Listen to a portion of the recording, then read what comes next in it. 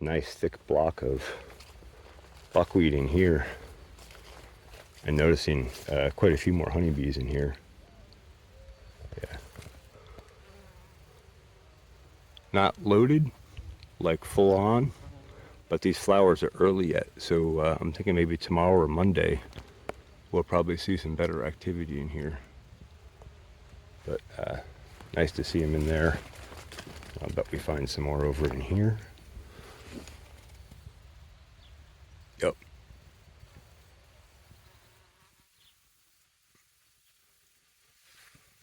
So there, our cover crops are already paying off for our honey crops. I just shut the e-fence off so I can get in nice and close. Thought we'd just observe activity a bit here.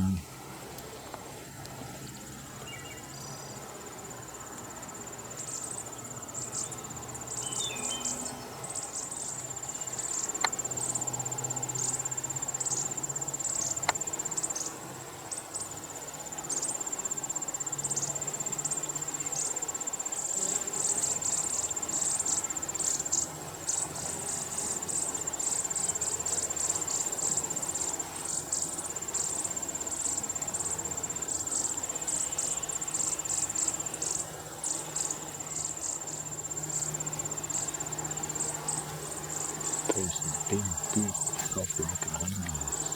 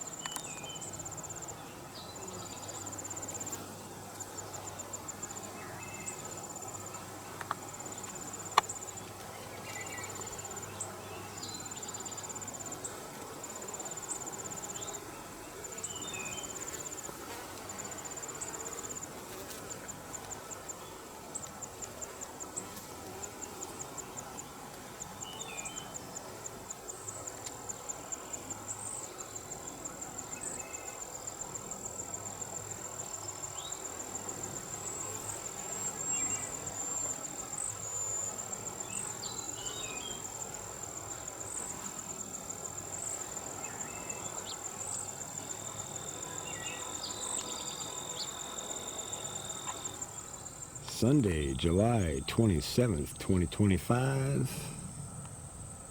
And we got some light rain at my place overnight and today. And it looks like we got a little bit better rain up here today. We got some nice puddles. We got nice dark, damp ground.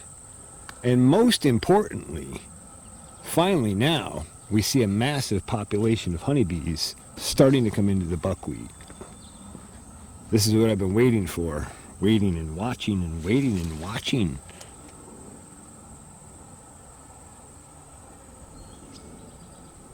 And I hope the mic is picking them up. And it's not crazy loaded like a sunny morning. But that rain that we got was enough to help push these flowers forward and open up the nectar. And look at this. We got honeybees, we got wasps, we got all kinds of little tiny pollinators. This is one of the parts of regenerative agriculture that people don't talk about a lot. I don't know if they just don't understand it or aren't aware of it, but it's a huge, important part of this. Like, we're not just building soils, we're rebuilding ecosystems.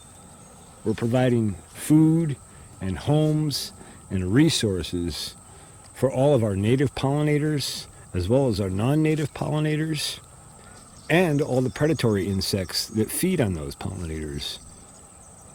We're literally creating the bottom edge of the food chain so that it can grow up to the top end of the food chain and feed us.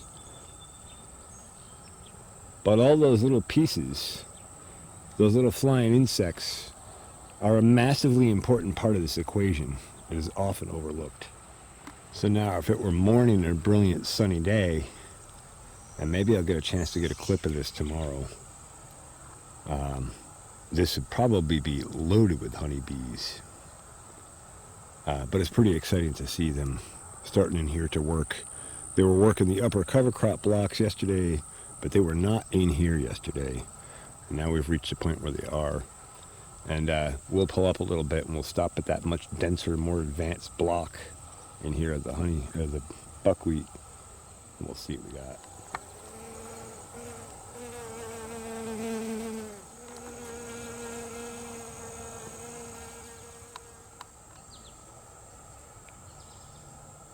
Well, as I suspected, there's a little bit more activity in here regarding pollinators. It's not crazy wild with them yet, but there's quite a variety. And again, it's been raining on and off today, all day. And I think we got more rain coming, so the amount of pollinators flying is going to be less just because of the conditions. Well, good Lord, now we're talking. Look at that traffic.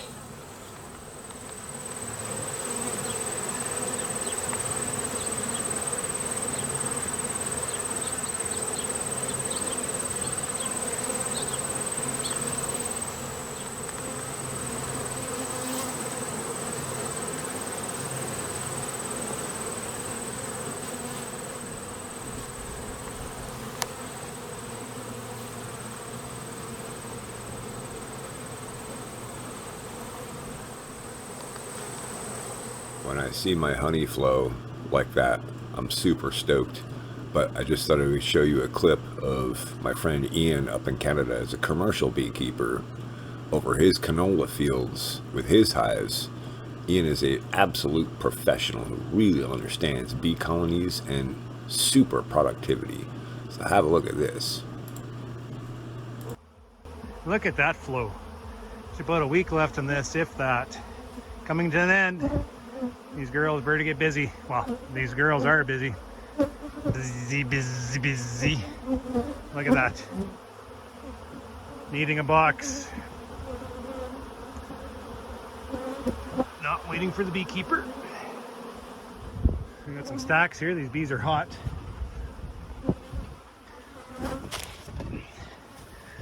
Putting in a Saturday. It's what, 30 degrees and hot. The bees are clearing fairly well. Thank goodness for this arm. It is a lifesaver. And here in this patch of buckwheat right in front of the hives, we see a massive ramp up in activity from yesterday to today.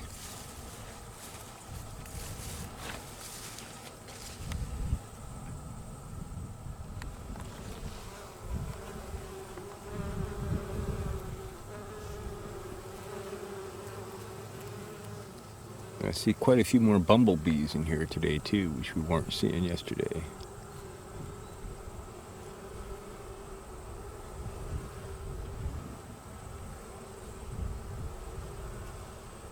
the diversity of pollinators in my cover crops with their foliar feeds still, even though I've seen it for many years now, blows me away.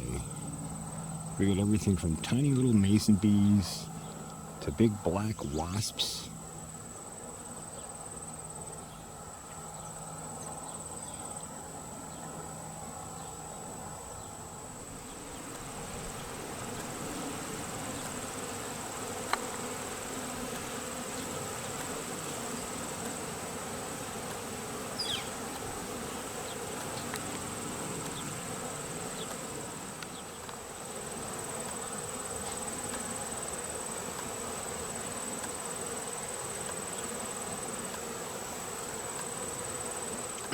July 28th, 2025. I'm here to collect plant sap samples this morning, but after that rain we had and the flowers are opening, the honeybees are in here very strong. You can probably see quite a few of them, but I'll let you get a listen.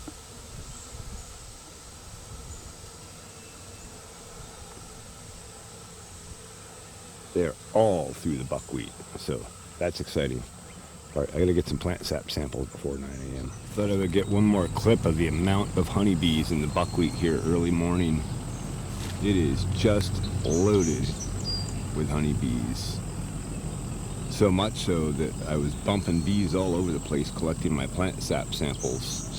And I actually got my first sting of the season. I think I just bumped a finger against a bee at the wrong time, the wrong way. No big deal, I'm used to stings, bites, cuts, scratches, all that kind of stuff. And I hate having to leave that diesel engine running, but I gotta keep the AC on for those plant sap samples.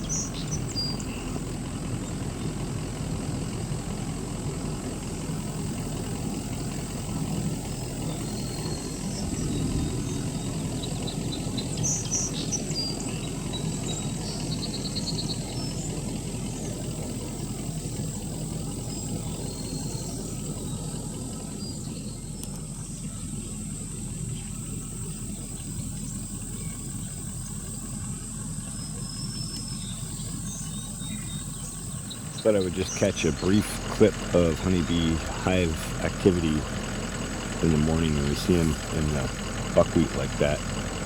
Also, you'll notice at this time of day we don't see them in the holy basil yet. And now they're hitting the buckwheat this time of day, and the holy basil in the afternoon and late afternoon. We got good traffic. All right, I gotta send some samples. So just back here, end of the day, it's like 5:30 or 5:45. And we see no honeybees in the buckwheat now, whereas this morning it was loaded. And we'll move further up the block here and see if we see any, but my suspicion is they hit it in the morning when that nectar flow is on. And then in the afternoon, they go after other stuff. I'll bet they're up in that holy basil and some of the other stuff that they were in yesterday. So far we spotted one honeybee on this block now. So that confirms they're here in the morning hard, and in the afternoon they're out. Other crops. About 6:30 now. Same in this buckwheat. No real bee activity to speak of at all. That's that rain and that morning nectar flow. Here's late afternoon, early evening traffic coming back. Not as crazy it was this morning. Again, resources available equals bee and Wednesday, July 30th, 2025. I was up here yesterday looking at beehives, and one thing I noticed is how much more bearding there is on the second hive over the first hive. And maybe I'll dig up the thermal clip from last week. July 25th, 2025, 9:45 in the evening or so. I had to come back up to change the electric fence battery. I still haven't put the solar setup on there yet. I just thought we'd take a look at the hives in thermal.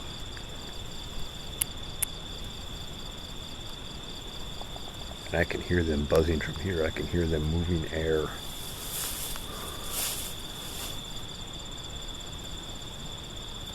And you can see how much heat they're dissipating off the entrances there. They're trying to dehydrate all that nectar and dissipate all that hive heat. We'll take another look, perspective angle. Right. Coming around from the south side of the back.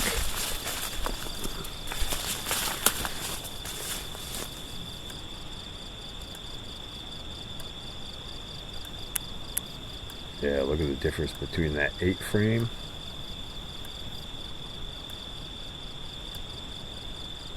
and the middle one that's cranking, and that big one.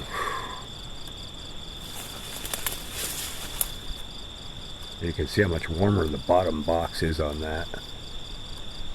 We put the 4th box on, and we saw exactly why there's more bearding on the left side than the right, because that hive without that top box doesn't have as much vertical space for heat to rise, and so therefore that same amount of heat is contained in a smaller space, and it makes the whole hive hotter. And so given that we were last week, I think last Tuesday, I think it was Tuesday or Wednesday, so about 6-7 days, I think it was 7 days ago, we opened these up. We added the 4th box because the 3rd box was just about full. On that hive, it was close to full. They had to finish capping out some stuff, but basically they were filling those frames out. And our 2nd hive had about 3.5 frames that were still empty totally, so we wanted to give that a little more time. And I'm back here today to take a look in there to see where that's at, number 1. And number 2, to add that 4th box regardless of where that's at, because it will give them a little bit better cooling capacity. And also, it'll give them a little more room, and we have rain forecasted tonight, into tomorrow, and into Friday. And I think we're supposed to get about 1.5 inches of rain tomorrow, which would be phenomenal for everything. So, anyway, I brought the bee suit over and stuff. I'm gonna go grab the box, and then we'll light the smoker up and jump in. We're lit. We got a box, and we're jumping in. We're gonna make this a quick visit. We're going for this hive first, middle hive. Now I might take a peek in the other one quick over here.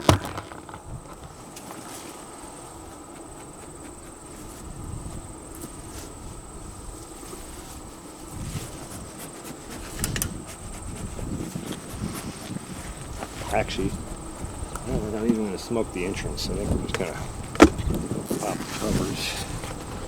Oh wow, we got bees all over the top of this guy.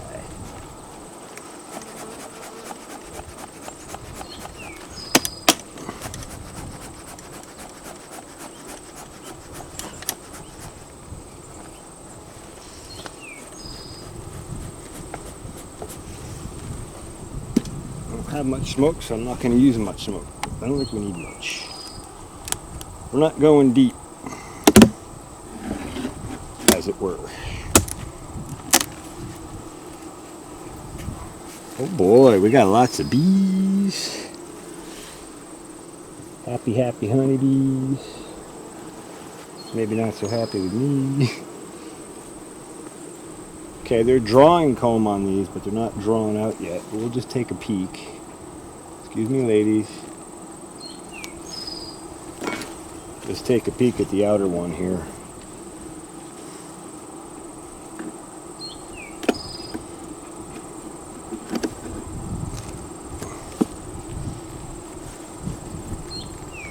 Just starting to draw it up. Just starting to form propolis and seal it in place. Seal all the edges and such. Little comb drawn on that side as well. Very healthy, happy honeybee colony here.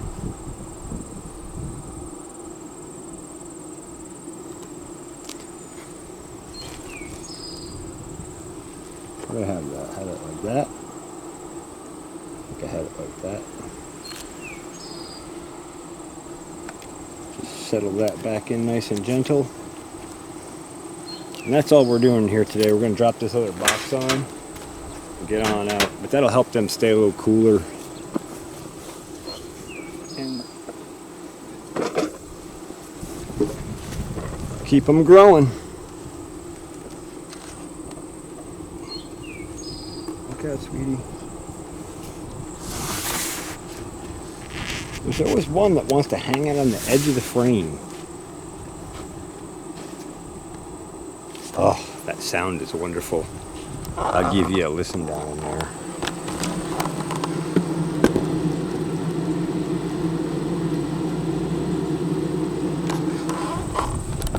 It's quite the roar. I'm going to put the inner cover back on and we'll get out of this one. And then we'll have a peek in the other hive number 1, the southern hive. We'll just have a quick peek in the top of that. And then we're going to get out. We really don't need to disturb anybody here.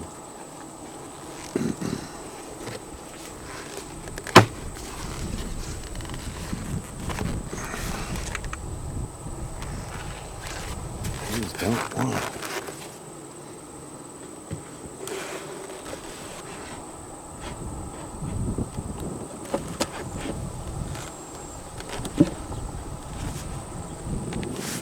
Alright, that's box 4 on that one.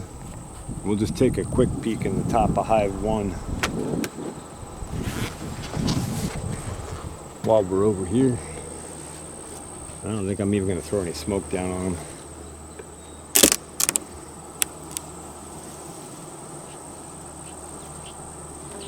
them. Maybe I should, they're kind of angsty.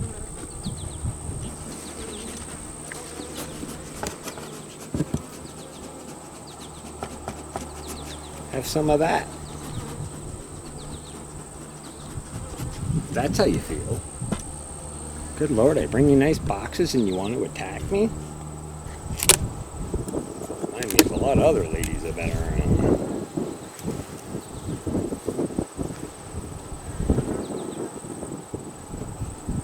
Wait, chill out. I know it's hot, but chill out.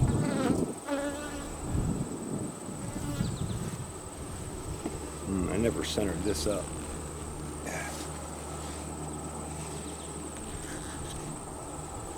And just starting to draw a comb with these frames, just the beginnings. Maybe we'll pop the center frame out and have a peek real quick just to get a sniff test on it.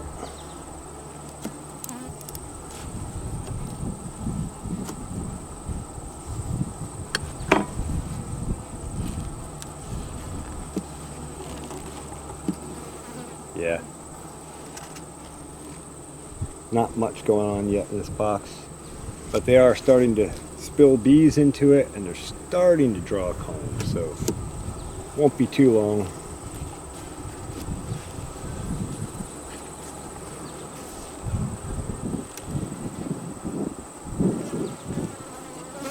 Won't be too long. Alright, we're going to pop this cover back on and get on out of here. So I get ladies off the cover so I can put it on without crushing anybody.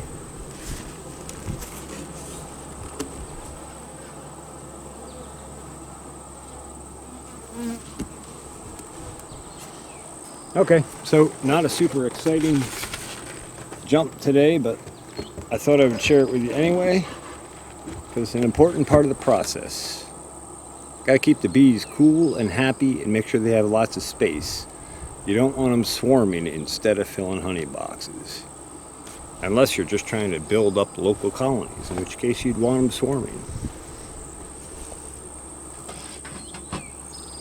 Alright, that's it for today. Thanks for watching the Pharmacy Seeds Network. Stay tuned for more exciting bee videos, even though I know this is anything but exciting.